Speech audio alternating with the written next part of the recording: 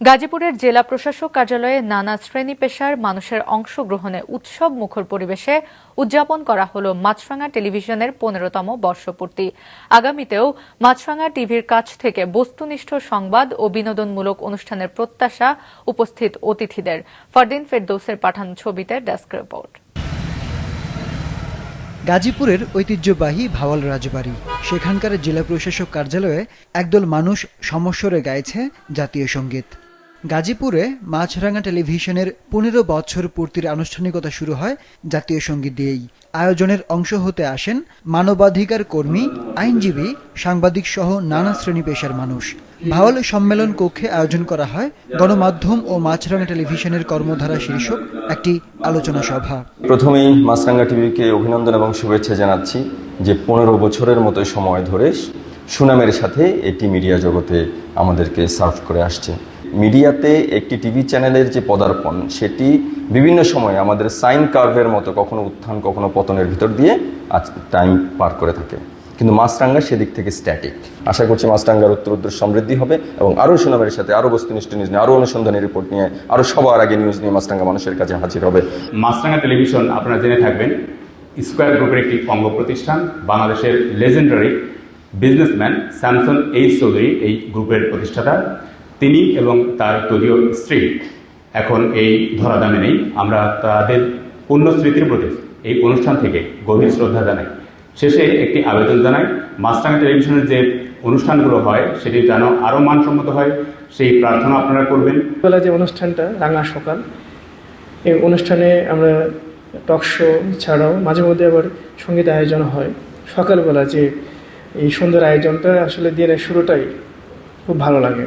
সামনের দিনগুলোতে যেন আরও ভালোভাবে আমরা পরস্পরের সহযোগিতার মাধ্যমে আরও এই গাজীপুরবাসী উন্নয়নের কাজ করতে পারি। এই বস্তুনিষ্ঠ সংবাদ আরও বেশি বেশি করে আমাদের মাছরাঙা টেলিভিশন প্রচার করবে এই প্রত্যাশায়। এ সময় শ্রদ্ধা ভরে স্মরণ করা হয় স্কয়ার গ্রুপের প্রতিষ্ঠাতা চেয়ারম্যান স্যামসন এইচ চৌধুরী ও স্কয়ারের মাতা অনিতা চৌধুরীকে। এই অনুষ্ঠানে আমরা মাছরাঙা টেলিভিশন যে বরাবরই দর্শকদের পছন্দের তালিকায় আছে, সেটা আবারও বোঝা গেল উপস্থিত দর্শকদের প্রকাশিত অনুভূতিতে। আমি প্রতিদিন সকালে 7টায় এই চ্যানেলে একটা প্রোগ্রাম হয় রাঙা সকাল। এই প্রোগ্রামটা আমি প্রতিদিনই দেখার চেষ্টা করি, কারণ এখানে সংবাদ বিশ্লেষণ হয়, বিভিন্ন আলোচনা, বিভিন্ন শ্রেণী পেশার মানুষদেরকে এই অনুষ্ঠানে নিয়ে আসা হয় এবং প্রোগ্রামটা লাইভ দেখানো হয়। এরকম প্রোগ্রাম আরও বেশি আমি প্রত্যাশা করি চ্যানেলের কাছে। বদরুদ্দোজা বাবু ভাইয়ের যে অনুসন্ধান ছিল, সেই অনুসন্ধানের প্রেমে তখন পড়েছি সাংবাদিকতার। ওই অনুসন্ধান দেখেই কিন্তু আমরা সাংবাদিকতার আসার যে আগ্রহ, সেখান থেকে শুরু হয়েছে। মাছরাঙা টেলিভিশনের 15 বছর পূর্তি অনুষ্ঠানে আমরা সবাই একত্রিত হয়েছি। টেলিভিশনটি তাদের চ্যানেলের মাধ্যমে যে বাংলাদেশের বিভিন্ন পর্যায়ের বিভিন্ন অনুষ্ঠানের মাধ্যমে তাদের দেশের সমস্যা এবং সব কিছু তুলে ধরার চেষ্টা করেন। আমি মাছরাঙা টেলিভিশনের সংশ্লিষ্ট সবাইকে অভিনন্দন জানাই, তাদের জন্য শুভকামনা জানাই। উন্মোচন যে প্রোগ্রামটি মাছরাঙা টেলিভিশনের বিশেষ প্রতিবেদক মাঝার মিলন ভাই করে থাকেন, সেই প্রোগ্রামটি সারা বাংলাদেশে অত্যন্ত জনপ্রিয়তা অর্জন করেছে। টেলিভিশন গণমাধ্যমকে এই জাতীয় প্রোগ্রামগুলো যদি করে, আরও বেশি সংবাদকর্মীরা উৎসাহ পাবেন। জন্মদিনের শুভেচ্ছা প্রিয় চ্যানেল মাছরাঙাকে। দর্শকদের জন্য মাছরাঙা টেলিভিশনের দায়বদ্ধতা অনুকরণীয়, বলছেন জেলা প্রশাসক।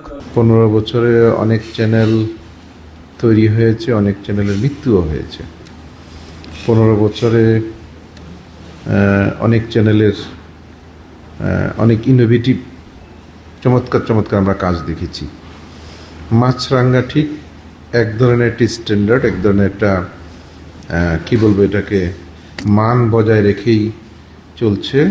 মাছরাঙার নিউজের মান খুবই ভালো। মাছরাঙার দু একটি অনুষ্ঠান আছে, বিশেষ করে রাঙা সকাল, এটি বেশ জনপ্রিয়, আমার কাছেও ভালো লাগে। সব কিছু মিলে মাছরাঙার সাথে একটা আত্মিক সম্পর্ক আছে। আর যেহেতু মিডিয়া নিয়ে পড়াশোনা করেছি, মিডিয়ায় ছিলাম, মিডিয়া পড়িয়েছি, মিডিয়ার লোকজনকে দেখলে একটু আপন লাগে। সেদিক থেকে মাছরাঙা পর না আপনই, তাই না? তো মাছরাঙ্গার এই যে পথ চলা আরও সুন্দর হোক, আরও মসৃণ হোক, আরও চমৎকার হোক, আরও নান্দনিক হোক এবং মানুষের জন্য হোক। সব আনুষ্ঠানিকতা শেষে উপস্থিত অতিথিদের নিয়ে কেক কেটে মাছরাঙা টেলিভিশনের 16 বছরের পদার্পণকে উদযাপন করা হয়। আরিফুদ্দিন নবীন, মাছরাঙা নিউজ ডেস্ক।